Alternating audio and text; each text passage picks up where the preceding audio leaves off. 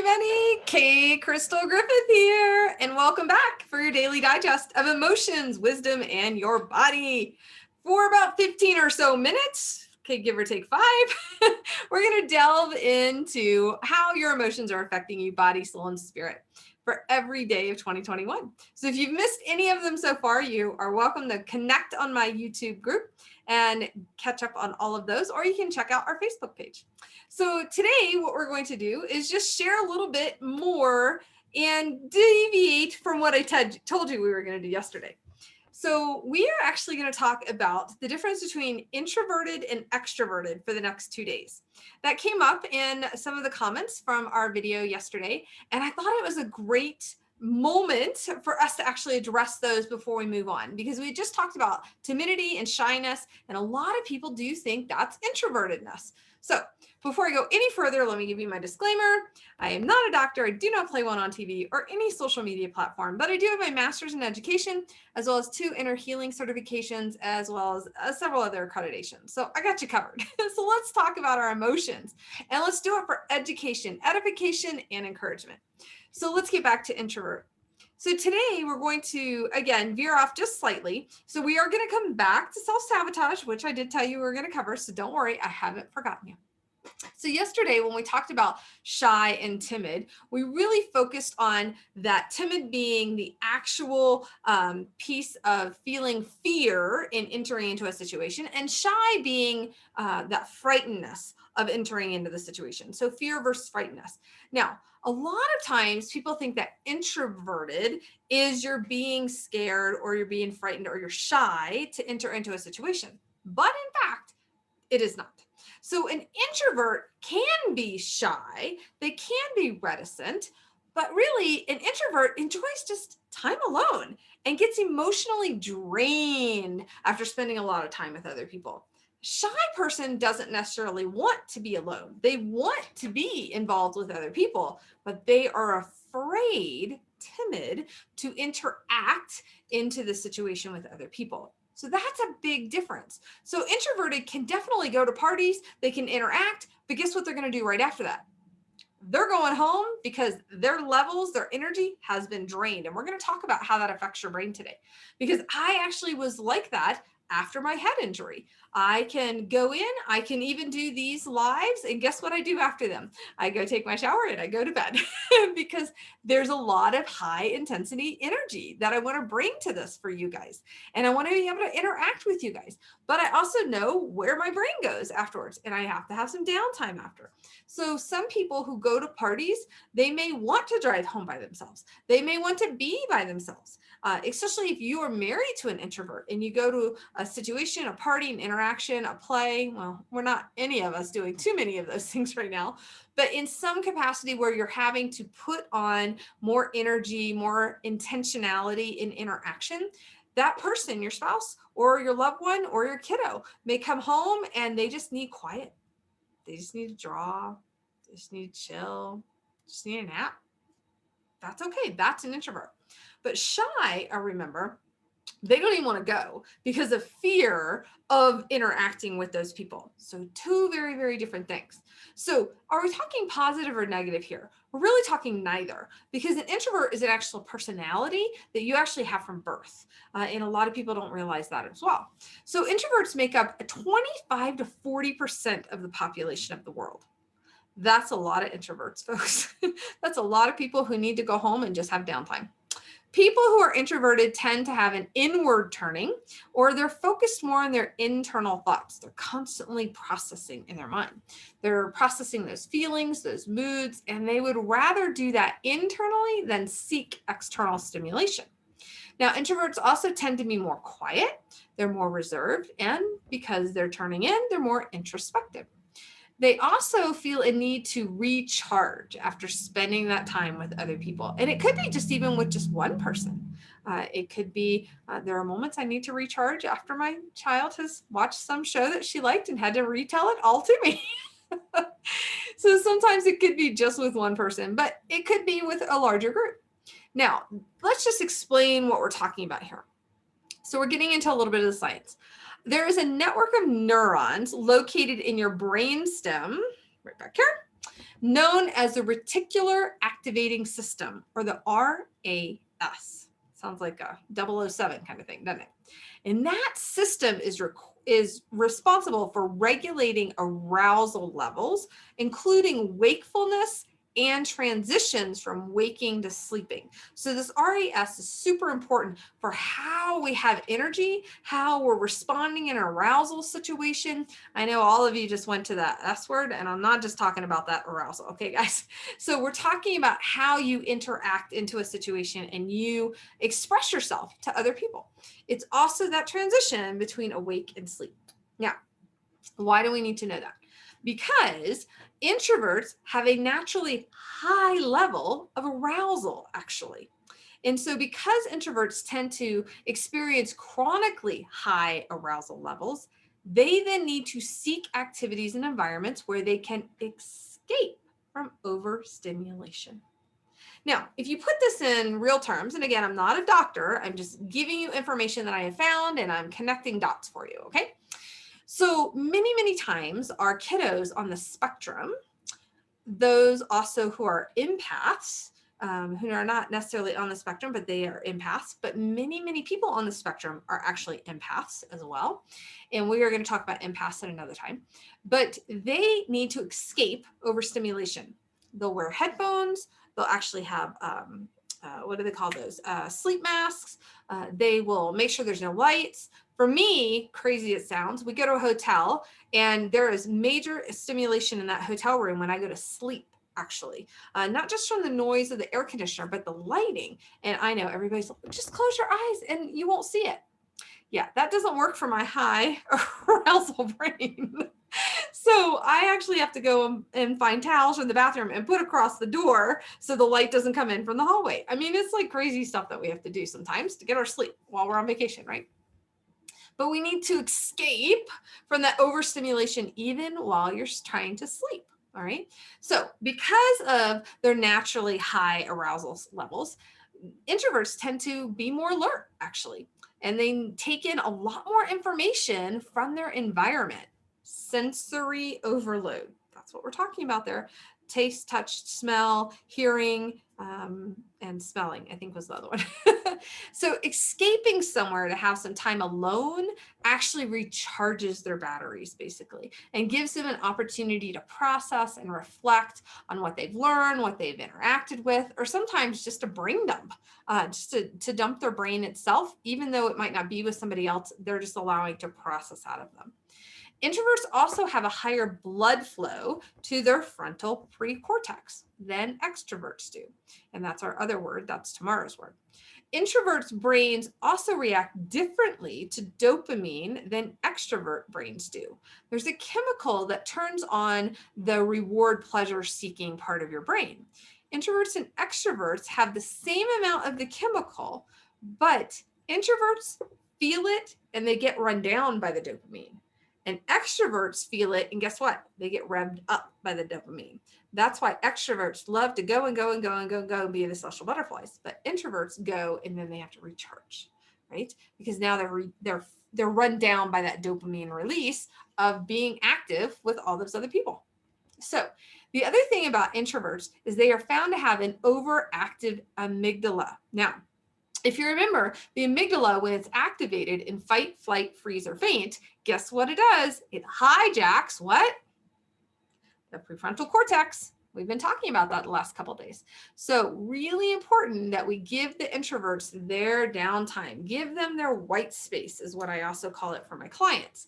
And so especially when we're doing inner healing work, you know, our heart's down here, we're doing inner healing work. And so we're working on our heart and we're releasing all these traumas, right? But what they don't realize is releasing those traumas, then what stimulates the amygdala. And so we have to give them time for that amygdala to calm back down.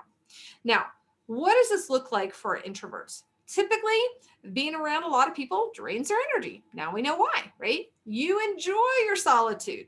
You have a very small group of close friends. That doesn't mean you can't have a lot of friends, but really those ones that you constantly interact with, and what I mean by constantly is how often you do, you know, you will find that instead of having that large social circle, that large social circle really is superficial. on the level. And introverts want to go deep fast. And so I thought this was a perfect example. So I was on a mission trip and we were in missions training. We were going to go to Yugoslavia. And so while we were working on how to interact and learning culture, and we had these weekends that we had to go to for all this training. And so when I went to one of those weekends, I sat down, had my lunch in front of me, and the guy goes, "So are we going to talk about the weather or are we going to talk about what's going on in your life?" I was kind of taken aback. I was like, I'm not sure. He goes, "Well, we could talk about the weather and it means nothing and it has no effect on your life and it couldn't be a big breakthrough for you. Or we could talk about what God's doing in your life and then who knows, he could have another bigger breakthrough for you." And I learned that in college. And I got to tell you folks, it was from that moment on, I always wanted to talk about God with people. I always wanted to hear what God was doing in their lives. I always wanted to hear about what the next breakthrough was, what they were working on, just like I want to do with you guys. I want to hear what God is percolating in there inside of you, right? And that fills my bucket when I get to hear what God's doing in your life. And so that doesn't run me down. That actually fills me up and gives me energy. It's kind of funny. So we have small, close friends. And we want long-lasting relationships, not the superficial ones. I've got something in this room that is just attacking my nose tonight. Now, another description for an introvert is people often describe you as quiet. They may find it difficult to get to know you. I'm going to disagree with that statement a little bit. If people want to get to know you, you just being quiet is not going to stop that. So I really want to encourage you to take charge in your life if you're an introvert. I want you to think about the fact that just because you are not in the in crowd does not make you less of a person. Remember, your worth and your value do not come from anyone else or anything else on this earth. They only come from the Lord, and they come because you exist. Okay? Now, when you do really feel like you want to be a part of them, but you're not sure how to do that, that's when you ask for help. Now, again, that could be the borderline of, are you shy, frightened, timid, or are you introverted and you just need to come back out of it and you're okay interacting? And again, really fine line there, but you might want to really think about what you're dealing with to express that. Now, the other thing is for introverts, you really are very self-aware. Because of all that lovely introspection that you do all the time, you are extremely self-aware. Now, that self-awareness may be rooted, though, in a lower self-esteem because you think you might need more friends. And especially our teenage introverts run into this. Well, I'm not in the in crowd and nobody sits with me at lunch. And they feel that. They feel that personally, and it hurts their heart because they're not being invited in. And so how do we encourage them to walk in their truth of who they are and interact and then come home and kind of regroup, right? How do we help them with those situations? So I've got a couple ideas for you in a second. Social introverts. There's 4 types of introverts. Social introverts is the first one. This is your classic type of introvert. Social introverts like small groups, quiet settings, over the crowds. And if they find out that there's 3 people going instead of just 2 people, they will probably bow out because 3 just doesn't do it for them. Thinking introverts. These are people in the group that are the daydreamers. They're always imagining and thinking about what life could be like or is, and they spend a lot of time with their creative imaginations. A lot of our artists are in there, right? Then we have the anxious introverts. Now, I just want to make this caveat. You can be in more than one of these groups, okay? But these are the 4 main groups. The anxious introverts, they seek out time alone, not just because they like it, but because they often feel pretty awkward or shy around people. Remember our borderline, our balance there? Then we have the restrained or inhibited introverts. And these introverts, boy, they love to think before they act. And they are not likely to make a decision on a whim. These are not your, hey, let's fly off to Vegas this weekend, friends. Typically, they're going to take a lot longer to take action. Now, what are some countermeasures here? How do we identify introverts? So what I really wanted to focus on for this piece was not how to change being an introvert, because the fact is you were born an introvert. And they actually have determined that an overactive amygdala is shown actually in babies. And those babies they've tracked to grow older, and they are introverts. They're not shy, they interact, but they are introverts.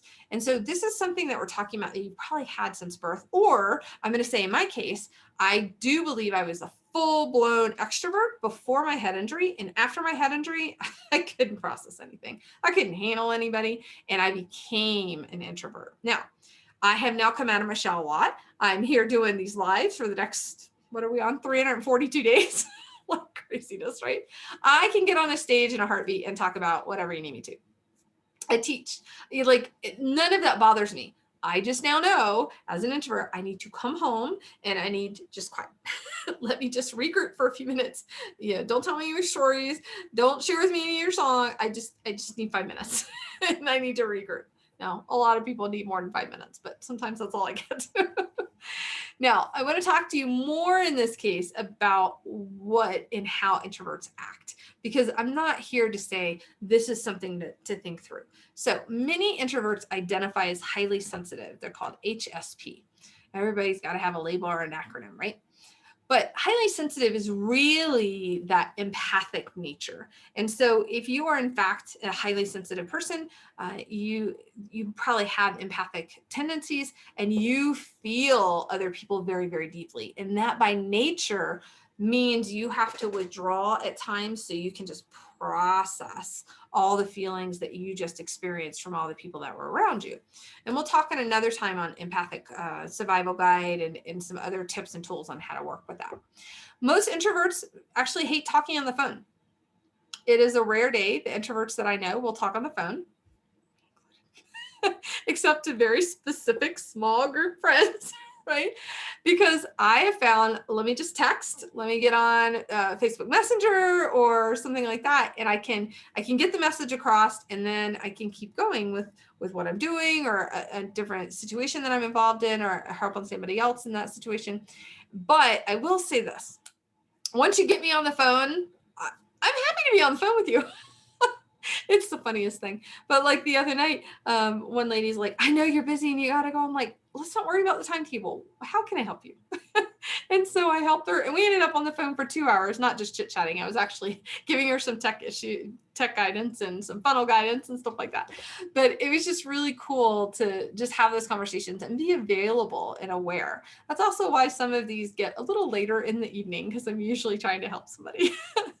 Now, another thing is introverts are very spiritual. From a Christian perspective, I'm following Christ and I have a relationship with him. But a lot of introverts will find a realm of spirituality that they walk in. I'm not here to judge whether that's right, wrong, or indifferent. I'm going to tell you, Jesus is my way, without question. Now, we have a tendency to overthink as introverts. And again, that's that self-awareness piece, that introspection piece, and we're mulling. And I will often use that word. I'm mulling it. Let me just think on it for a little bit. I'm a lot faster now than I used to be. When you have a lot of brain fog from diagnosis, from illness, from brain injury, it takes a while to get to a place where you can process that a little faster. And it seems like you're overthinking, but actually you're just trying to think through it the first time usually. Many introverts love structure. They have a lot of checklists. They have their day organized. I'm not as introverted on that one. We also prefer deep conversations over the small talk, like I mentioned. And then introverts tend to write better than we speak. Now, public speaking, any type of speaking, is really a practice that you have to have to get better and better of how you handle walking into situations and you need to have a conversation with somebody. But introverts can be very academically driven in their writing or very creative driven in their writing. So our wisdom verses today are going to be slightly different as well. I stumbled upon, as I was doing my research, this really great article by Michael Kelly, and he's an introvert. He's also a youth pastor and has written a couple of books, and I just loved what he suggested here. And so I'm going to focus on this for just a second. So the verse comes from Genesis 1:27. So God created man in his image. He created him in the image of God, and he created them male and female. And he goes on to say, why is this verse for introverts so important to memorize? It provides a checkpoint for the introvert's soul, because we do find strength and energy in being alone, and we can easily too quickly escape to being alone at the expense of others, and that God has actually put around us for a reason. So rather than listening or engaging or empathizing or even confessing, we tend to hide behind the nuances of our personalities as introverts. And when we constantly do that, we start to form an unhealthy image of those around us. We can quickly forget that the fact that every other human being in creation is a fellow image bearer of Christ. And as such, they are entitled to our respect and our kindness. So when we begin to understand that fellowship and community as introverts is a gift and a necessity, that's what we have to understand. And that's why I want to share that verse with you. And I think it's a great one to really focus on. So we really want to understand fellowship and community are a gift. Now, tomorrow you will hear how being an extrovert, their gift is learning the gift of solitude. So how to use this new information about introverts? Maybe you know some introverts in your life. Maybe you are an introvert. Maybe you are more an introvert than you are shy. Maybe you are more shy than you are an introvert. I would love to hear what you think about all this. So remember, wisdom is hearing, the understanding, and the application of what you have learned today. And so we want to ask those 3 questions. How has being an introvert or introverts in your life been showing up? Have they been positive or negative? And why? And how can you transform this aspect of personality of an introvert for you, or to interact well with somebody who is an introvert moving forward, using wisdom, understanding, and knowledge? So take that scripture and really concentrate on it a little bit. So God made Rosie, God made Katie, God made Olivia, God made Pam, God made, I should have some men's names in there, right? Jack, and God made Brian, and God made Alex in his image. God created them in the image of God, and he created them male and female. So put your name in there, really meditate on that. So Lord, you created me in your image. What does that mean? You created me male. You created me female. What does that mean? You might be surprised by the answers that you hear. So go live. Share with me what you've heard tonight. So tomorrow's word. Psychologist Carl Jung was the first person actually to describe these 2 personality types that we're talking about, introvert, and tomorrow, extrovert.